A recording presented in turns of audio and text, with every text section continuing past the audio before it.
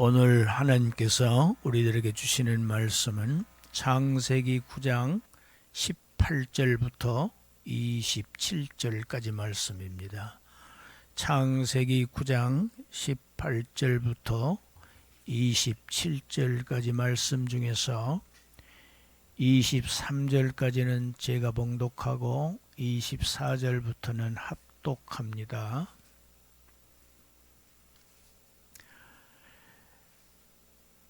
방주에서 나온 노아의 아들들은 셈과 함과 야벳이며 함은 가나안의 아버지라. 노아의 이 세 아들로부터 사람들이 온 땅에 퍼지니라. 노아가 농사를 시작하여 포도나무를 심었더니 포도주를 마시고 취하여 그 장막 안에서 벌거벗은지라. 가나안의 아버지 함이 그의 아버지의 하체를 보고 밖으로 나가서 그의 두 형제에게 알림해 셈과 야벳이 옷을 가져다가 자기들의 어깨에 메고 뒷걸음쳐 들어가서 그들의 아버지의 하체를 덮었으며 그들이 얼굴을 돌이키고 그들의 아버지의 하체를 보지 아니하였더라. 24절.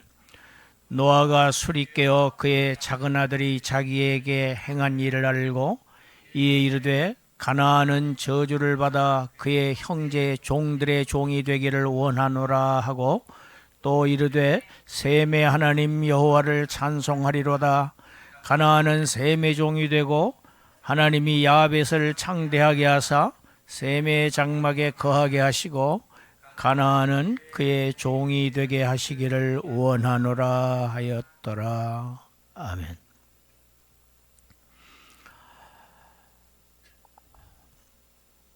노아의 세 아들들이 무대 위에 등장합니다. 세상의 모든 민족들이 이 노아의 세 아들로부터 형성되었다고 이 성경이 말씀하고 있습니다. 그런데 이 세 아들 중에서 유독 함을 주인공으로 삼아서 그 함에 대한 부연 설명이 더해집니다. 함은 가나안의 아버지라.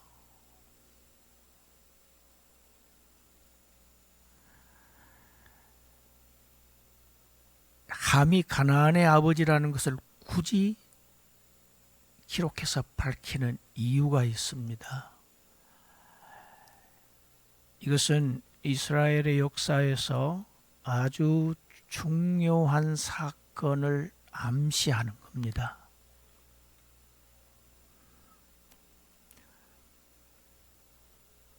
노아는 농부였습니다. 농사하는 자. 포도원을 경작하기 시작했습니다. 그런데 어느 날 포도주에 취해서 잠이 들었는데 벌거벗고 장막에서 잠을 잡니다.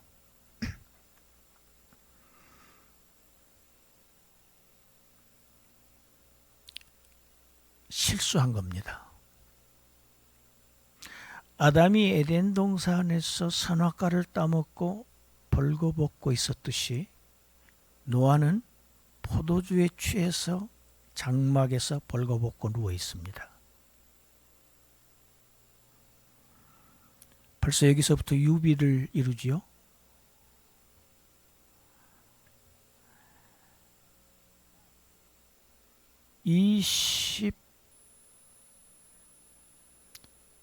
(22절부터는)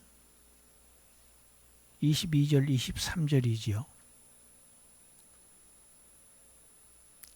벌거벗고 포도주에 취해서 장막에서 누워있는 아버지에 대한 이 세 아들의 반응이 나옵니다. 먼저 함이, 그런데 함을 그냥 함이 이렇게 표현하지 않고 성경이 뭐라고 얘기합니까? 22절에 가나안의 아버지 함이라고 그러죠.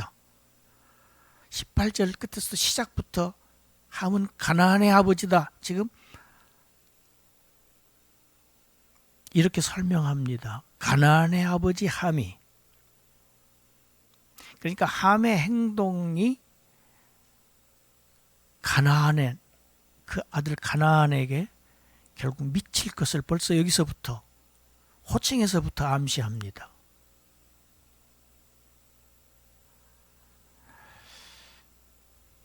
나가서 형제들에게 이것을 알립니다. 그리고 전애들은 셈과 야벳은 옷을 두 사람의 어깨에다가 메고 뒤로 들어갑니다. 왜? 아버지의 하체를 벗은 몸을 보지 않으려고 뒤로 들어가는 겁니다. 그래서 뒤로 가서 아버지를 덮고 거기에서 얼굴을 돌이켜서 아버지의 벗은 몸을 보지 않습니다. 시선을 뒤로 돌리지 않고 아버지를 향하지 않고 그대로 나옵니다.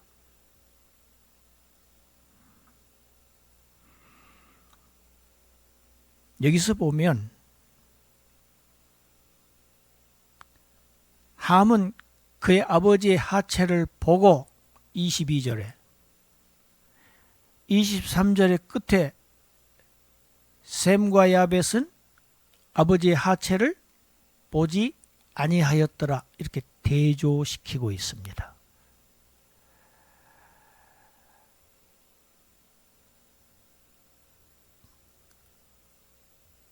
수리깬 노아 작은 아들 함이 자기에게 한 행동을 알아챘습니다. 이해했습니다. 그 의미를 이해했다는 얘기입니다. 그리고 그의 세 아들들에 대한 축복과 저주의 예언을 합니다. 그래서 25절부터 27절까지를 노아 예언이라고 합니다. 먼저 가나안에게 합니다. 함에게 저주를 합니다. 그런데 보세요. 25절에 가나안은 저주를 받을 것이다. 그 저주의 내용이 무엇이냐면 그 형제의 종들의 종, 이건 종들 중에서도 가장 비천한 종입니다. 가장 낮은 계급의 종이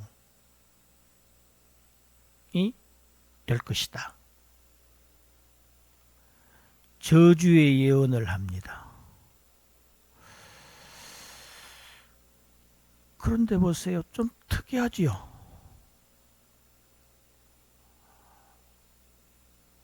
아버지의 하체를 희롱 까발리고 드러내고 이 광고하고 했던 것은 함이었습니다.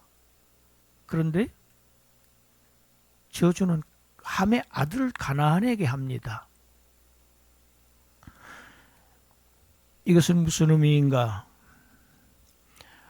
우리가 창세기 9장 1절에서 우리가 봤습니다. 하나님께서는 이미 노아 방주에서 나온 노아와 그의 세 아들에게 생육하고 번성하고 충만하라고 축복을 약속하셨어요. 하나님의 약속을 받았어요. 지금 함은. 이 노아의 이 세 아들들에 대한 복이나 저주 안에는 그들의 후손들의 목도 포함됩니다. 이것이 함의 아들 가나안을 저주한 의미가 됩니다. 25절부터 27절까지 노아 예언입니다. 이 노아 예언은 단순한 이 자식들의 미래의 삶에 국한되는 그러한 이야기가 아닙니다.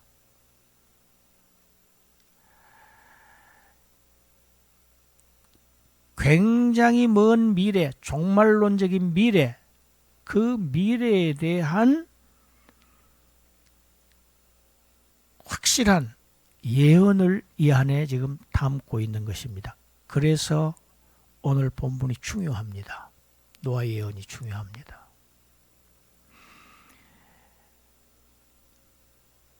노아는 먼저 함의 아들 가나안을 그 형제의 종들의 종, 가장 낮은 종, 가장 비천한 종이 되라고 저주를 합니다.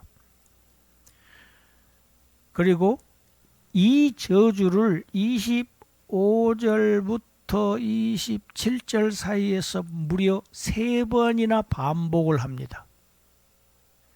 굉장히 힘을 주어 지금 예언을 하는 겁니다. 강조지요.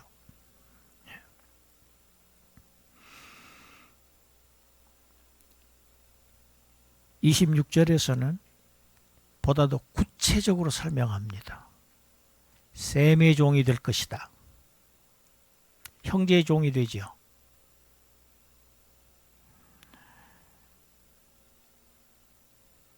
이 저주를 통해서 셈의 하나님이 영광을 받으실 것이다. 이 함의 아들 가나안이 저주를 받는 것이 하나님의 영광이, 하나님의 찬송이 된다고 지금 얘기를 하고 있는 것입니다. 특이하지 않아요? 그런데 우리가 한번 생각해 볼 수가 있습니다. 함이 아버지의 벗은 몸을 보고 그것을 형제들에게 가서 광고했던 그 행동이 과연 다른 사람의 종도 아니고 그 형제들의 종들 중에서도 가장 비천한 종이 될 정도로 그렇게 악한 행동이었는가? 그 정도로 나쁜 행동이었는가 하는 문제입니다. 많은 사람들이 의아해할 수 있습니다.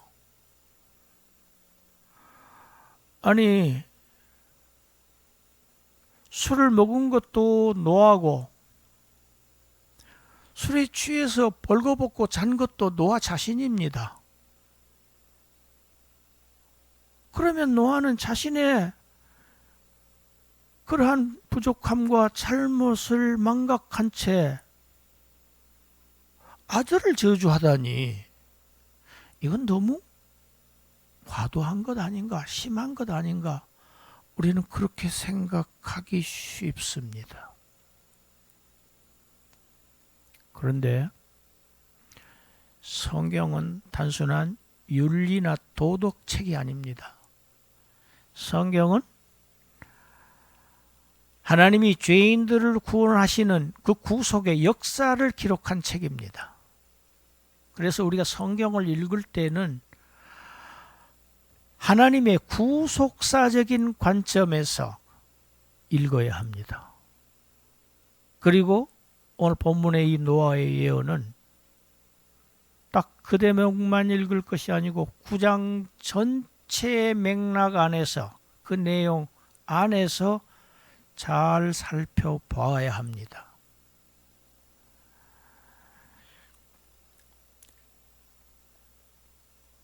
하나님이 최초로 지으신 사람 아담은 의로웠습니다.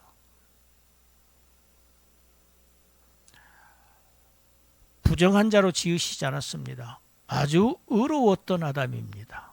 그랬던 아담이 선악과를 따먹고 나서 벌거벗었던 것과 똑같이 의로웠던 노아는 포도주를 마시고 취해서 벌거벗은 채 장막 안에 지금 누워 있습니다.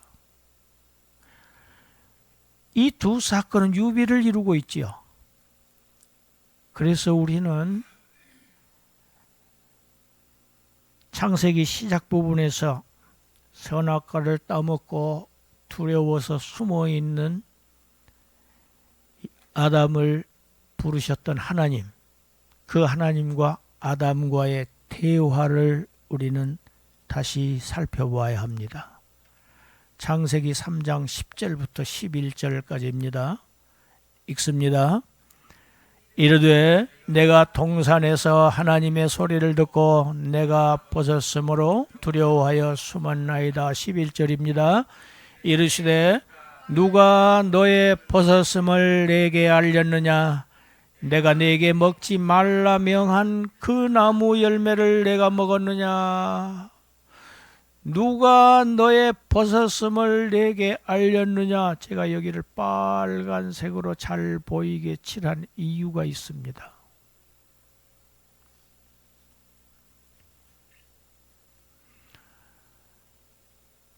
아담과 하와에게 선악과를 먹게 한 게 누굽니까? 뱀입니다.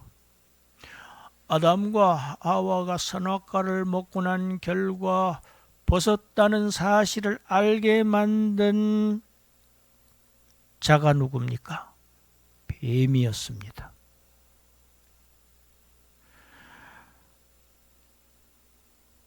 하나님은 아담과 하와를 유혹해서 선악과를 먹게 하고 그들의 벌거벗은 것을 알게 만든 뱀을, 또 뱀의 후손을 저주하시지요. 그리고 그들을 여자의 후손과 원수가 되게 하십니다. 적대 관계를 만드십니다. 이것이 우리의 구원이 된다고 제가 설교했습니다.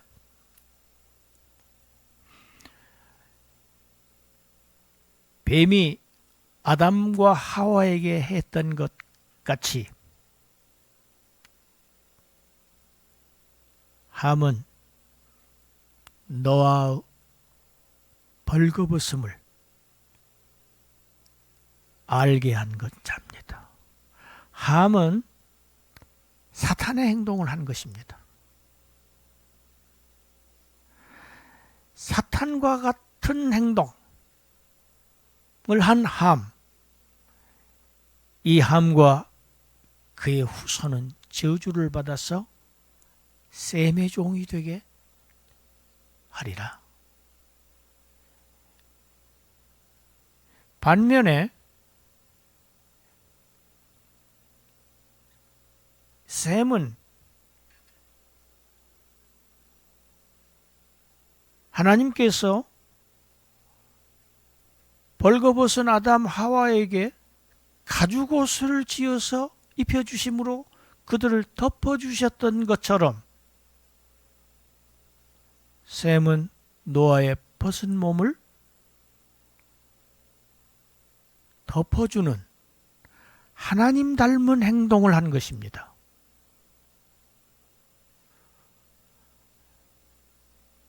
셈은 그 결과 여자의 후손인 예수님의 계보에 오르는 축복을 받습니다.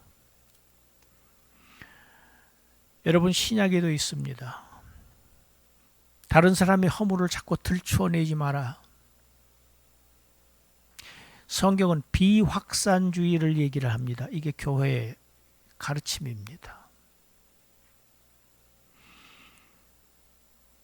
다른 사람의 허물을 내가 알게 되었거든 그 사람과 단둘이서만 얘기해라.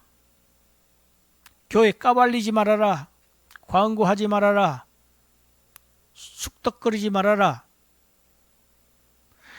그래도 안 들으면 두세 사람 데리고 가서 증인을 삼아 최소한의 이론을 얘기한 겁니다. 그래도 안 들으면 교회에다 말해라. 교회의 말도 안 듣거든 이방인과 같이 대하라. 이것이 예수님의 가르침이었습니다.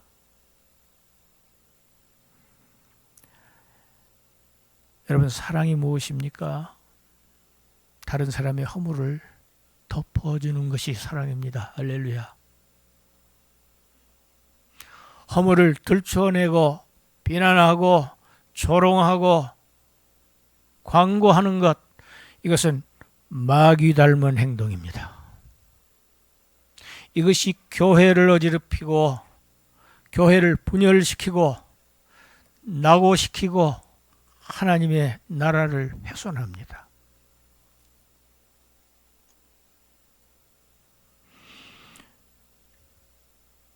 우리 9장 27절을 다시 한번 읽어봅시다. 읽습니다. 하나님이 야벳을 창대하게 하사 셈의 장막에 거하게 하시고 가나안은 그의 종이 되게 하시기를 원하노라 하였더라.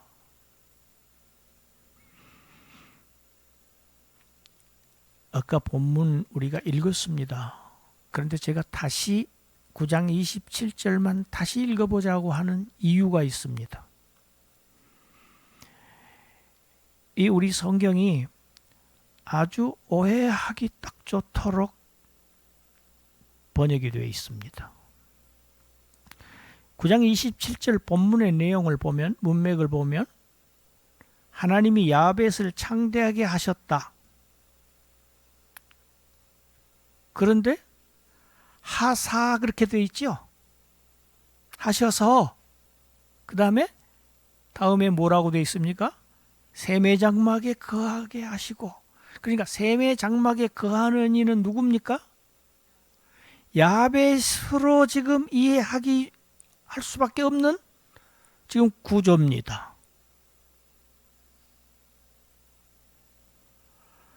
과연 셈의 장막에 거하는 이는 야벳인가?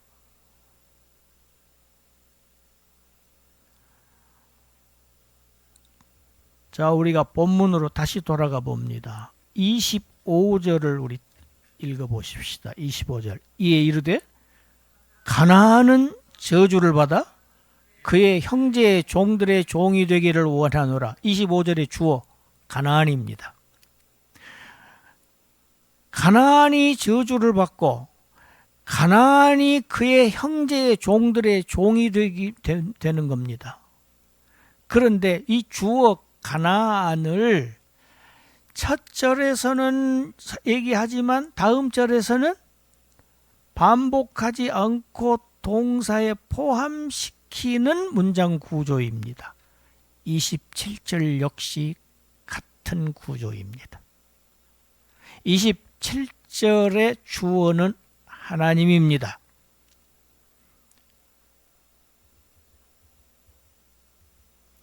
하나님이 야벳을 창대하게 하시고 하나님이 셈의 장막에 거하게 하시고, 그런데 다시 반복하지 않고 동사 안에 포함시키는 문장 구조입니다. 하나님께서 함을, 가나안을 셈의 종이 되게 하시기를 원하노라. 이렇게 해석해야 맞습니다. 왜 그러냐? 하나님이 야벳을 창대하게 하셔서 야벳이 셈의 장막에 거하고 가나안은 그의 종이 되기를 된다. 그러면은 가나안은 누구의 종이 됩니까? 야벳의 종이 되고 맙니다. 그런데 성경 본문에서 가나안이 누구의 종이 된다고 했지요? 셈의 종이 됩니다.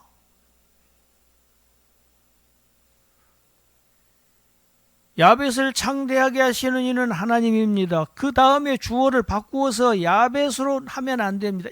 그래서 오역이라는 얘기입니다.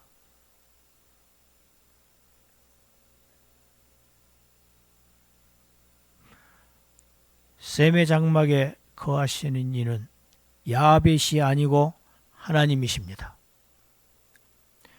하나님은 이제 노아 홍수 사건 이후에 노아의 세 아들 중에서 셈을 통해서 하나님의 구속사를 전개해 나가신다는 이야기입니다. 그 구속사의 전개 과정이 신약에서 나타난 것이 바로 예수님의 족보입니다. 우리 누가복음 3장 23절 읽어봅시다. 예수께서 가르치심을 시작하실 때 30세쯤 되시니라. 사람들이 아는 대로는 요셉의 아들이니 요셉의 이는 헬리요. 길어서 제가 중간에 생략합니다. 31절 또 읽어봅니다. 그 위는 멜리아요, 그 위는 맨나요, 그 위는 마따다요, 그 위는 나단이요, 그 위는 다윗이지요. 다윗의 후손으로 오셨지요. 또 그 다음에 생략했습니다마는 아브라함이 또 있습니다. 그리고 36절부터 38절까지 읽어봅시다. 시작. 그 위는 가이난이요, 그 위는 아박사시요, 그 위는 누구요? 그 위는 누굽니까? 셈. 그 위는 노아요, 그 위는 레멕이요. 37절 읽습니다. 그 위는 무두셀라요, 그 위는 에녹이요, 그 위는 야렛이요, 그 위는 마할랄렐이요, 그 위는 가이난이요, 그 위는 에노스요, 그 위는 셋이요, 그 위는 아담이요, 그 위는 누구시다? 하나님이시니라. 할렐루야. 하나님의 계보입니다. 하나님의 자녀들. 자, 아담은 지금 누구의 아들로 나옵니까? 하나님의 아들로 나오지요. 자, 그러니까 이 계보에 들어간 사람들은 다 누구의 자녀들? 하나님의 아들들입니다. 할렐루야. 거기에 셈이 들어 있습니다. 셈의 후손으로, 유대인으로 메시아를 보내실 것을 노아의 입을 통해서 지금 예언하게 하신 것입니다.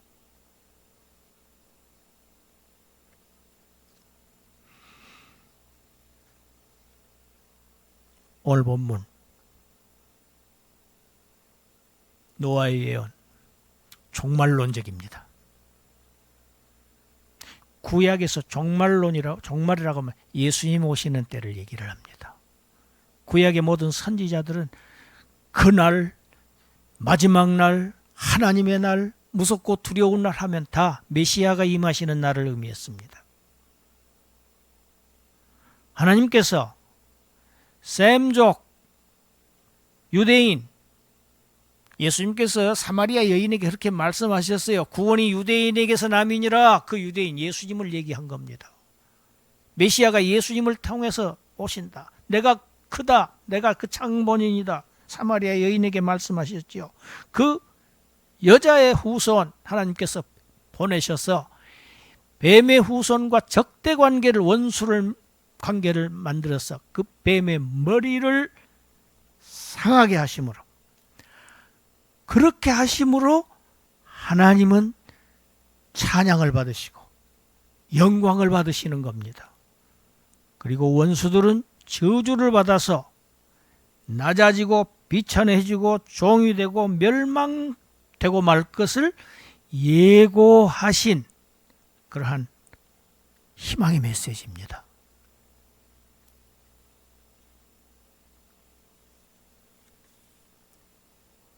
세마의 장막에 거하셨던 하나님, 그 하나님은 쭉 창세기를 우리가 앞으로 가보면 알겠지만 하나님께서 말하십니다. 나는 아브라함의 하나님이다.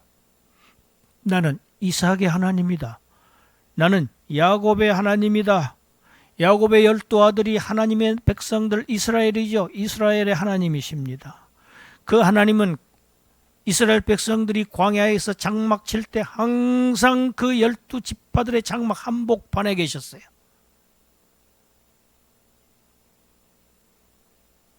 오늘은 그 하나님, 셈의 장막에 거하셨던 셈의 하나님은 우리 가운데 거하십니다. 할렐루야. 이 하나님은 영원히 우리 가운데 거하시는 하나님이십니다. 오늘 교동문에서 우리가 읽었습니다. 요한계시록 21장 3절 4절 함께 읽습니다. 내가 들으니 보좌에서 큰 음성이 나서 이르되 보라, 하나님의 장막이 사람들과 함께 있음에 하나님이 그들과 함께 계시려니 그들은 하나님의 백성이 되고 하나님은 친히 그들과 함께 계셔서 모든 눈물을 그 눈에서 닦아주시니 다시는 사망이 없고 애통하는 것이나 곡하는 것이나 아픈 것이 다시 있지 아니하리니 처음 것들이 다 지나갔음이로라. 아멘. 처음 것들이 다. 하나님의 장막이 사람들과 함께 있어요. 여러분, 하나님의 백성인 우리가 바로 하나님의 거처입니다. 할렐루야. 셈의 하나님, 영원한 우리의 아버지 하나님을 찬양하라. 찬송을 받으시는 이는 하나님이십니다. 원수들을 멸하시는 하나님, 그 결과 영광을 받으시는 이는 우리의 아버지 하나님입니다. 할렐루야. 기도하겠습니다.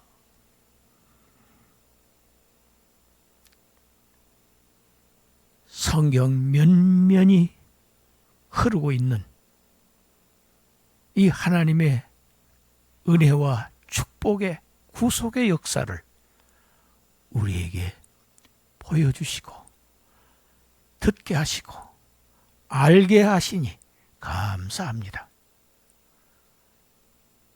이